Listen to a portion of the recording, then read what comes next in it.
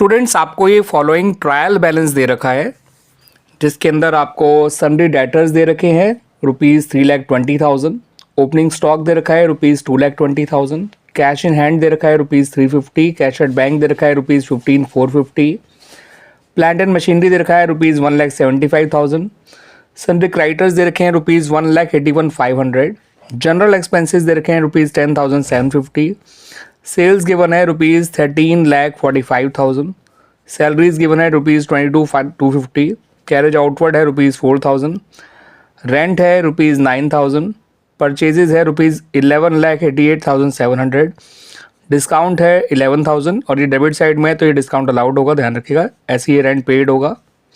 Premises है ₹3,45,000 और capital है ₹7,95,000। टोटल है ट्रायल बैलेंस का 23,21,500।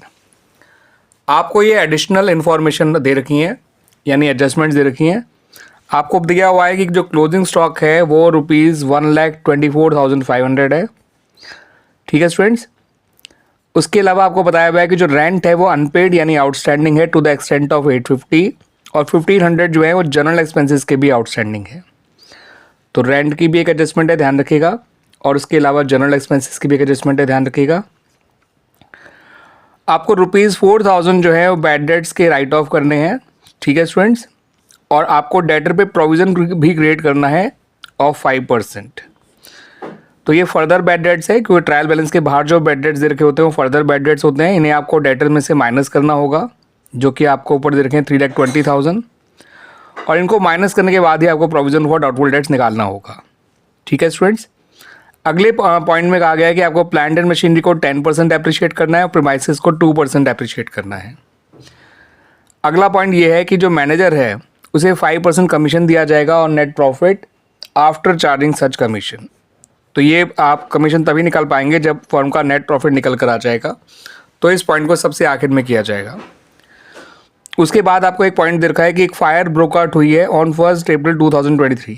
इसकी डेट को ध्यान रखिएगा, ये फायर ब्रेकआउट हुई है 1 अप्रैल 2023 को, और हमारा ट्रायल बैलेंस की जो डेट है यानी फाइनल अकाउंट्स बनाने की जो डेट है वो 31 मार्च 2023 है। तो इस इवेंट को हम फिलहाल कंसिडर नहीं करेंगे।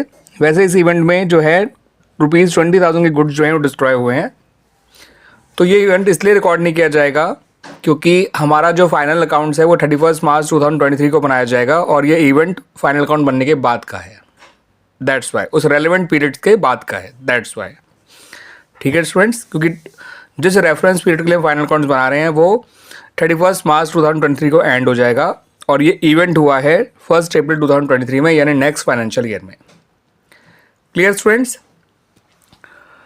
अब आपको ये इतनी इन्फॉर्मेशन की हेल्प से ट्रेडिंग अकाउंट बनाना है, प्रॉफिट एंड लॉस अकाउंट बनाना है and the balance sheet of the firm बनानी है। तो आपको पता है स्टूडेंट्स की डेटर एसेट होता है, ओपनिंग स्टॉक ट्रेडिंग अकाउंट में आता है, cash in hand, cash at bank और प्लांट एंड मशीनरी तीनों एसेट हैं, क्रेडिटर लायबिलिटी है, जनरल एक्सपेंसेस एक इनडायरेक्ट एक्सपेंस है, प्रॉफिट एंड लॉस अकाउंट में आएगा, सेल ट्रेडिंग अकाउंट में आएगा, सैलरीज पीएनएल अकाउंट में आएगा, कैरेज आउटवर्ड है तो पीएनएल अकाउंट में आएगा बिकॉज ये इनडायरेक्ट एक्सपेंस है, rent profit and loss account में आएगा, परचेज ट्रेडिंग अकाउंट में आएगा, डिस्काउंट जो है आपका पीएनएल अकाउंट में आएगा, प्रीमाइसेस एक एसेट है और कैपिटल आपका लायबिलिटी है, इंटरनल लायबिलिटी है, ठीक है। क्लोजिंग स्टॉक का ट्रीटमेंट आप जानते हैं स्टूडेंट्स, एक बार ये ट्रेडिंग अकाउंट में आएगा और एक बार एसेट में आएगा। आउटस्टैंडिंग रेंट में ऐड हो जाएगा और बाद में लायबिलिटीज़ में आएगा। आउटस्टैंडिंग जनरल एक्सपेंसेस में ऐड हो जाएगा, बाद में लायबिलिटी में आएगा। ये 4,000 आप डेटर में से माइनस कर देंगे, डेटर का अमाउंट जो है उसके बाद 3,16,000 बचेगा और उस पर आपको 5% प्रोविज़न निकालना है, यानी प्रोविज़न फॉर डाउटफुल डेट्स ऐसे निकाला जाएगा। डेटर के ओरिजिनल अमाउंट जो कि है 3,20,000, उसमें से फर्दर बैड डेट्स का अमाउंट माइनस करेंगे, इंटू 5/100 करिएगा, ठीक है स्टूडेंट्स। तो 3,16,000 का 5% निकालेंगे तो ये निकल कर आएगा 15,800, ठीक है स्टूडेंट्स। इस फॉर्मूले को ध्यान रख लीजिए, जब भी आपको provision for doubtful debts rupees में कैलकुलेट करना है तो डेटर में से फर्दर बैड डेट्स को हटाना है into rate of new provision by 100, और इसको भी जो प्रोविज़न है इसको भी हम डेटर में से माइनस करेंगे और इसको भी माइनस करना है डेटर में से, और ये दोनों प्रॉफिट एंड लॉस अकाउंट के डेबिट साइड में भी आएंगे, ठीक है, इसका ध्यान रखिएगा। प्लांट एंड मशीनरी जो डेप्रिशिएट की जाएगी 10%, तो प्लांट एंड मशीनरी आपको दे रखी है 1,75,000, तो उसका 10% 17,500 आ जाएगा। प्रीमाइसेस का 2% निकालना है, जो कि आपका निकल कर आएगा 6900, इस अमाउंट का 2%। दोनों को हम प्रॉफिट एंड लॉस अकाउंट में डेबिट साइड लिखेंगे एज डेप्रिसिएशन, और बाद में एसेट में से माइनस भी करेंगे इनके डेप्रिसिएशन को। मैनेजर कमीशन के बारे में मैंने आपको बता दिया, ये पॉइंट तब तक नहीं हो सकता जब तक फर्म का नेट प्रॉफिट निकल के ना आ जाए। और लास्ट पॉइंट आपको बिल्कुल कंसिडर नहीं करना, क्योंकि ये इवेंट जो है वो फाइनल अकाउंट से बाद के पीरियड से रिलेटेड है। ठीक है स्टूडेंट्स, तो आइए पहले बना लेते हैं अपना trading and profit and loss account, and then बना लेंगे अपनी balance sheet. Students, trading and profit and loss account की शुरुआत करी जाएगी ओपनिंग स्टॉक से। तो ओपनिंग स्टॉक है ₹2,20,000। आप ये पूरे नाम लिखिएगा स्टूडेंट्स। उसके बाद यहाँ पर आएगा परचेजेस, डेबिट साइड में ही। अब परचेजेस के आपका अमाउंट दे रखा है परचेजेस का 11,88,700, और आपको कहीं भी रिटर्न आउटवर्ड या परचेज रिटर्न नहीं दे रखा है, तो इसको आप डायरेक्ट बाहर लिख सकते हैं 11,88,700। उसके बाद आपको लिखने हैं डायरेक्ट एक्सपेंसेस। तो डायरेक्ट एक्सपेंसेस के नाम पे यहाँ पर आपका स्टूडेंट्स कुछ भी नहीं दे रखा है, कोई भी डायरेक्ट एक्सपेंस आपको दे ही नहीं रखा है इन दिस पर्टिकुलर क्वेश्चन। ठीक है स्टूडेंट्स, अब आ जाइए अपनी क्रेडिट साइड पे। यहाँ पे लिखिए सेल्स। फिलहाल यहाँ पे सेल्स रिटर्न नहीं दे रखा है, तो सेल का अमाउंट है 13,45,000। और फिर आपको लिखना होता है क्लोजिंग स्टॉक, जो आप एडजस्टमेंट्स ले लेंगे 1,24,500।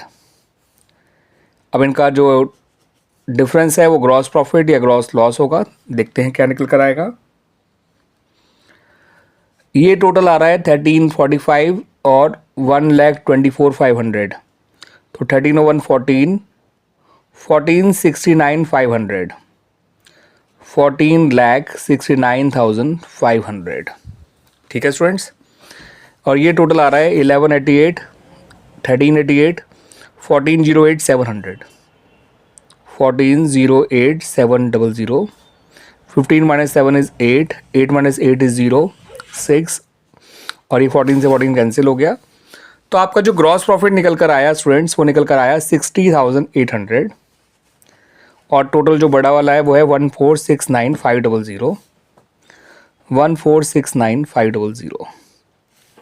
ये ग्रॉस प्रॉफिट जाएगा ट्रेडिंग से प्रॉफिट एंड लॉस अकाउंट में। यहाँ लिख दीजिएगा transfer to profit and loss account.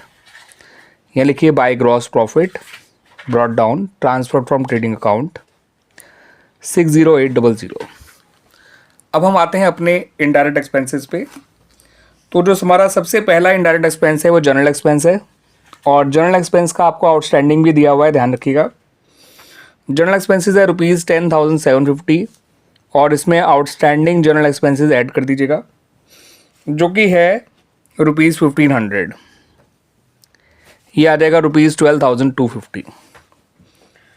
अगला एडजस्टमेंट, अगला इनडायरेक्ट एक्सपेंस है सैलरीज। सैलरीज की कोई एडजस्टमेंट नहीं है, तो ये आपका 22,250 बाहर आ जाएगा डायरेक्ट। अगला कैरेज आउटवर्ड है, कैरेज आउटवर्ड डायरेक्ट लिख दीजिए बाहर, इसकी कोई एडजस्टमेंट नहीं है, 4,000।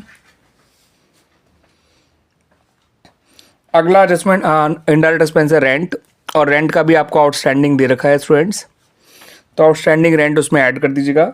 रेंट है 9,000 और आउटस्टैंडिंग रेंट है 850, तो ये हो जाएगा 9,850। ठीक है स्टूडेंट्स, उसके अलावा आपका डिस्काउंट है, और ये डिस्काउंट अलाउड है क्योंकि ये डेबिट साइड में लिखा है ट्रायल बैलेंस के, तो ये डिस्काउंट अलाउड आ जाएगा 11,000। अब ट्रायल बैलेंस के अंदर तो इतने ही इनडायरेक्ट एक्सपेंस दे रखे हैं। उसके बाद आप नीचे देख लेते हैं क्या क्या और आ सकता है प्रॉफिट लॉस अकाउंट में। तो जो डेटर्स में से आपको प्रोविज़न बैड डेट्स माइनस करना था, वो फर्दर बैड डेट्स आपका एक बार यहाँ भी आएगा ₹4,000, और इसमें new provision for doubtful debts को आप ऐड कर दीजिएगा, जो कि निकल कर आया था 15,800। ये दोनों जो हैं बाद में डेटर में से माइनस भी होंगे, इनका ध्यान रखिएगा। ये कैसे निकाला था मैंने आपको बता दिया स्टूडेंट्स। ये टोटल हो गया 19,800। उसके अलावा आपको डेप्रिसिएशन लिखना है। टू डेप्रिसिएशन एक लगना है प्लांट एंड मशीनरी पे, और एक लगना है प्रीमाइसेस पे। प्लांट मशीनरी का 10% 17,500 होता है, 1,75,000 का 10%, और प्रीमाइसेस का हमें निकालना है 2%, जो कि निकल कर आएगा ₹6900। ये आएगा 24,400। ठीक है स्टूडेंट्स। अब जो इनका अब और कोई पॉइंट नहीं रह गया स्टूडेंट्स, क्योंकि मैनेजर कमीशन हम तभी निकालेंगे जब नेट प्रॉफिट आएगा, और फायर वाला पॉइंट मैंने बताया था आपको कि उसका ट्रीटमेंट किया नहीं जाएगा। तो आइए पता कर लेते हैं कि फर्म को नेट प्रॉफिट हो रहा है या फर्म को नेट लॉस सफ़र हो रहा है। तो स्टूडेंट्स आपकी जो डेबिट साइड है इसका टोटल आ रहा है 1,03,550 और क्रेडिट साइड का टोटल तो केवल 60800 ही है। तो इस बार आपके एक्सपेंसेस जो है वो इनकम से बड़े हैं, तो फर्म को नेट लॉस ही होगा। और ये अमाउंट आया 750 और ये आ जाएगा 2 और ये 42750 का फर्म को नेट लॉस हो रहा है। तो अब क्योंकि फर्म को नेट लॉस हो रहा है तो स्टूडेंट मैनेजर कमीशन वाला पॉइंट भी आपको जो है उसको इग्नोर करना होगा, क्योंकि मैनेजर कमीशन तभी दिया जा सकता था जब फर्म को प्रॉफिट होता। अब क्योंकि फर्म को लॉस हुआ है तो मैनेजर कमीशन देंगे ही नहीं। ठीक है, तो 42750 यहाँ लिख दीजिए और जो टोटल है उसको दोनों तरफ लिख दीजिए 103,550 103,550 और ये नेट लॉस जो है वो कैपिटल में जाके माइनस हो जाएगा, इस बात का ध्यान रखिएगा। ठीक है स्टूडेंट्स, ये कैलकुलेशन आप कहीं रफ में कर लीजिएगा, ये कैलकुलेशन आप कहीं रफ में कर लीजिएगा। Now come to the balance sheet. Students अब जो बैलेंस शीट बनाई जाएगी इसकी शुरुआत आप करिए कैपिटल से। तो कैपिटल जो है वो आपको दे रखी है स्टूडेंट्स ₹7,95,000। इसमें आपको नेट लॉस को माइनस करना है जो कि निकल कर आया था 42750 और इसमें ड्राइंग्स आपको कहीं नहीं दे रखी है स्टूडेंट्स, तो आपका जो इनको माइनस करके आएगा इसको बाहर लिख दीजिएगा। तो ये आ जाएगा 250 और ये 4 - 2 is 2 और 79 - 4 is 75, 7,52,250 आ जाएगा ये। अगली लायबिलिटी है सन्ड्री क्रेडिटर्स, उसको एज इट इज लिख दीजिए बाहर। सन्ड्री क्रेडिटर है आपका 1,81,500। अगली लायबिलिटी है आपकी ट्रायल बैलेंस के अंदर तो नहीं दे रखी है, बाहर आपको जो आउटस्टैंडिंग रेंट दे रखा है वो लिख दीजिए 850 और जो आउटस्टैंडिंग जनरल एक्सपेंसेस है उनको लिख दीजिए 1,500।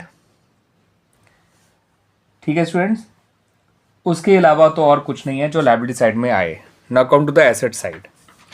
एसेट साइड में आप जब सन्ड्री डेटर्स लिखेंगे स्टूडेंट्स तो उसमें से आपको फर्दर बैड डेट्स को माइनस करना है और new provision for doubtful debts को भी माइनस करना है।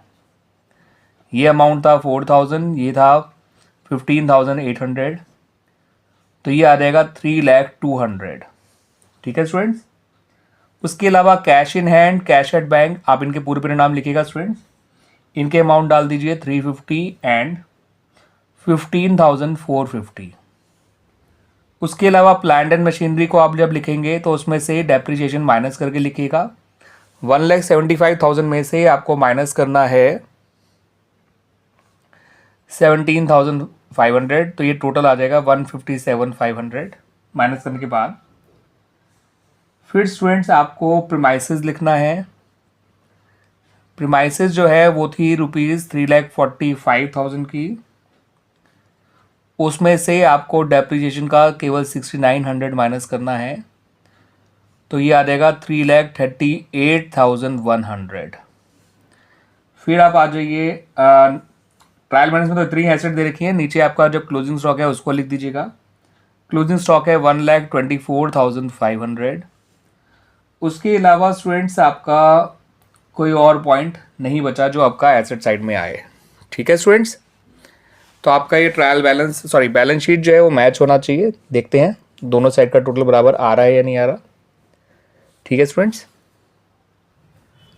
आपकी जो ये लायबिलिटी साइड है आप इनको जब ऐड करेंगे स्टूडेंट्स तो आपका टोटल आएगा 9,36,100। आप चेक कर लीजिएगा टोटल करके। ठीक है, ये भी इतना ही आना चाहिए एसेट साइड का, ये भी देख लेते हैं। आपकी एसेट साइड का टोटल भी स्टूडेंट्स 9,36,100 आ रहा है। आप खुद भी कैलकुलेट करके देख लीजिएगा, इनको ऐड करके इतना ही आना चाहिए। ठीक है स्टूडेंट्स, तो इस तरह से हमारा ये पर्टिकुलर क्वेश्चन जो है सॉल्व हो गया एंड मैं उम्मीद करता हूँ कि आपको इसका सॉल्यूशन का एक्सप्लेनेशन अच्छी तरह से समझ में आया होगा।